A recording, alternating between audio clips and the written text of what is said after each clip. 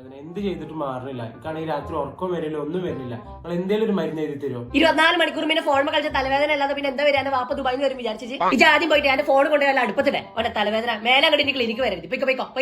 ആ ഓന്റെ കണ്ണൊക്കെ ഫോൺ കളിച്ച് കുഞ്ഞിടെ ബൈക്കിനുള്ളിൽ എന്നിട്ട് തലവേദന എത്ര മരുന്ന് വേണോ? ഇറങ്ങി പോടാവുന്നു. സിസ്റ്റർ ഇവിടെ വരൂ.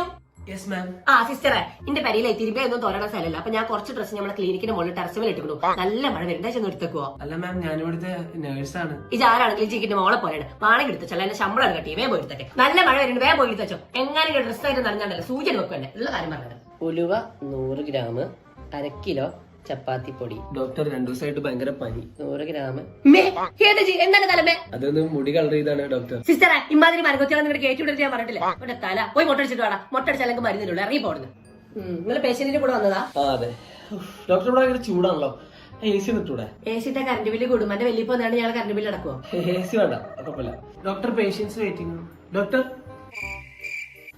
ഡോക്ടർ ആകെ വൃത്തിയില്ലാത്ത ഫുള്ള് പൊടിയാണ്. കാര്യം അടിച്ചു വന്ന ആൾക്കാർ ഇതൊക്കെ. ഡോക്ടർ അത് ചേച്ചി ക്ലീൻ ചെയ്തതാണ്.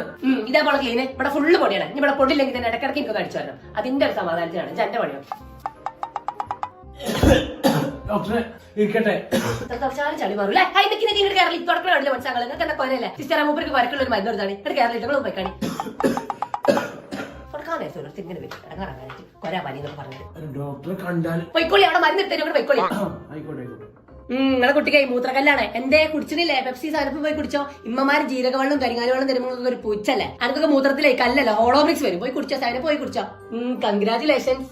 എന്റെ വൈഫ് ഗർഭിണിയാണോ ഡോക്ടർ? ഗർഭിണിയൊന്നല്ല, തടി കുറക്കാൻ വേണ്ടിട്ട് പട്ടിണി കിടന്നിട്ട് വയറ്റിലെ അൾസർ വന്നിട്ടുണ്ടോ? ഓളുകളെ തടി കുറച്ചിട്ട് എടുത്ത് വലിച്ച് അല്ലെങ്കിൽ തന്നെ ഈർക്കിൽ കമ്പിന്റെ അത്രയുള്ളൂ. തടി കുറച്ചിട്ട് വല്ല സിനിമയിൽ അഭിനയിച്ച പോലെ മാറി വല്ല തിന്നപ്പെട്ടെ.